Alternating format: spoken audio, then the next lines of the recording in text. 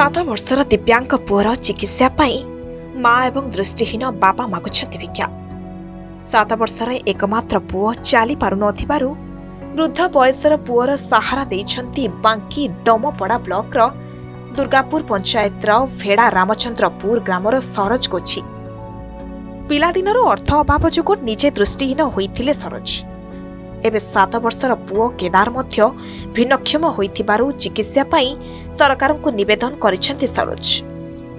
ଘରେ ଯାହା ଥିଲା ବିକି ଭାଙ୍ଗି ଯେତିକି ଅର୍ଥ ଯୋଗାଡ଼ କରିଥିଲେ ସବୁ ଖର୍ଚ୍ଚ ହେବା ପରେ ବି କୌଣସି ସୁଫଳ ମିଳିନଥିଲା। ଏବେ କେବଳ 5 କେଜି ଚାଉଳ ସାଙ୍ଗକୁ ଭତ୍ତା ଟଙ୍କାକୁ ଆଶ୍ରୟ କରି ଚଳୁଛନ୍ତି ପରିବାର। ଦିନେ ଖାଇଲେ ଦିନେ ଉପାସ। ବାଧ୍ୟ ହୋଇ ସରୋଜଙ୍କ ସ୍ତ୍ରୀ ଭିକ୍ଷାବୃତ୍ତି କରିବା ସହ ପର ଘରେ ବାସନ ମାଜି ସରୋଜ ଏବଂ 7 ବର୍ଷର ପୁଅ ମୁହଁରେ ଦାନା ଦେଉଛନ୍ତି। ପିଲାଦିନେ ଭଲ ଥିଲା, ଆଉ ମୁଚା ହେଇକି 2ଟା ଆଖି ନଷ୍ଟ ହେଇଯାଇଛି। ପରିବାର ଏଇ ତ, ମୋ ପୁଅଟେ ଛୋଟା, ଆଉ କ'ଣ, ଆମକୁ ତ ଅନ୍ଧ ଲୋକ, ଆଉ କ'ଣ କରିବୁ। ଘର ଚାଲିଲେ ଏଇ ତ ଭିକ ମାଗି ଖାଉଛୁ, ଆଉ କ'ଣ କରିବୁ। ପୁଅର ଚିକିତ୍ସା କଟକ ବଡ଼ ମେଲାରେ ଦେଖେଇଥିଲି, ଖୋର୍ଦ୍ଧାରେ ଦେଖେଇଛି, ଭୁବନେଶ୍ୱରରେ ଦେଖେଇଛି, ଆଉ ବର୍ତ୍ତମାନ ଲାଷ୍ଟ ଓଲଟପୁର। ପଇସା ମୁଁ ଯେଉଁ ଭତ୍ତା ପଇସା ମିଳିଥିଲା ସେଠି ନେଇକି ଦେଖା କରିଛି, ଆଉ ଲୋକଙ୍କୁ ମାଗିକି ନେଇକି ଦେଖା କରିଛି, ଆଉ କିଛି କାମ ନାହିଁ। ଡାକ୍ତର ଓଲଟପୁରକୁ ମୁଁ ଯାଇଥିଲି 40 ଦିନ ରହିକି ଆଇଛି। ସେ କହୁଛନ୍ତି ତୁମେ 6 ମାସ ରହିଲେ ପିଲା ଠିକ୍ ହେଇଯିବ। 6 ମାସ ହେଲେ ମୋ ଅର୍ଥ ନାହିଁ। ସରକାର ଯଦି କିଛି ଦେଇପାରିବ ତାହେଲେ ପୁଅ ଭଲ ହେଇପାରିବ, ବଡ଼ ମେଡ଼ିକାଲକୁ ଦେଖେଇ ପାରିବ, ନହେଲେ ଆଉ କ'ଣ ହେବ, କିଛି ହେବ। ଡାକ୍ତର କହିଲେ ଯେ ଭଲ ହେଇପାରିବନି, ପଇସା ନାହିଁ, କେମିତି ବଞ୍ଚିବି। ବଞ୍ଚିବା ମୋର ଦୁର୍ବଳଟା, ସେ ସ୍ୱାମୀ ଛୋଟା, କେମିତି ମୁଁ ବଞ୍ଚିବାର ବଳ।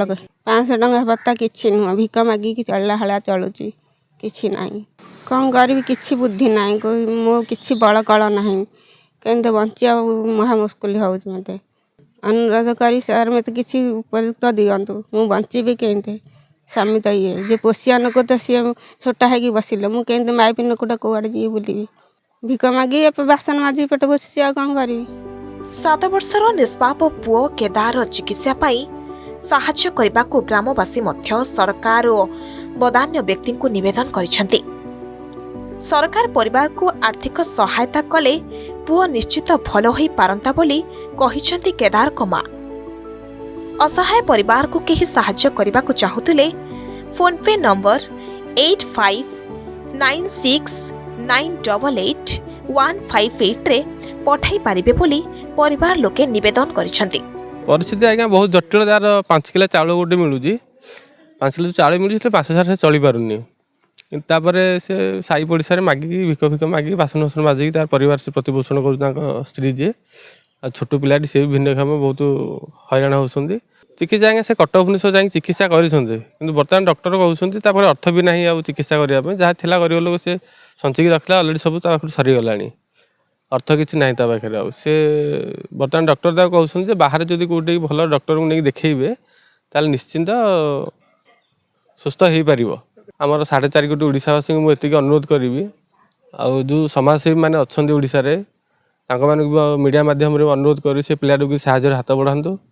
ଆମର ନୂତନ ସରକାର ଶ୍ରୀଯୁକ୍ତ ମୋହନ ଚରଣ ସାର୍ଙ୍କୁ ମୁଁ ଅନୁରୋଧ କରିବି, ସେ ଗରିବ ପିଲାଟିକୁ କିଛି ସାହାଯ୍ୟ କରନ୍ତୁ ସରକାରଙ୍କ ତରଫରୁ। ଏବେ ସରକାର ସାହାଯ୍ୟକୁ ଲୋଡ଼ିଛନ୍ତି ଏ ପରିବାର ଲୋକେ।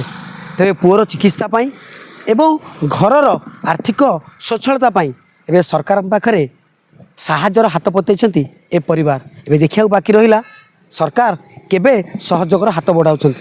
ବାଙ୍କି ଭେଡ଼ା ରାମଚନ୍ଦ୍ରପୁର ଗ୍ରାମରୁ କାହ୍ନୁଚରଣ ବେହେରା, ଅର୍ଗସ୍ ନ୍ୟୁଜ୍। जदि आपंक आम भिडी भल लगा तेब आम चैनल को लाइक, शेयर और सब्सक्राइब करने को जमा भी भूलु नहीं।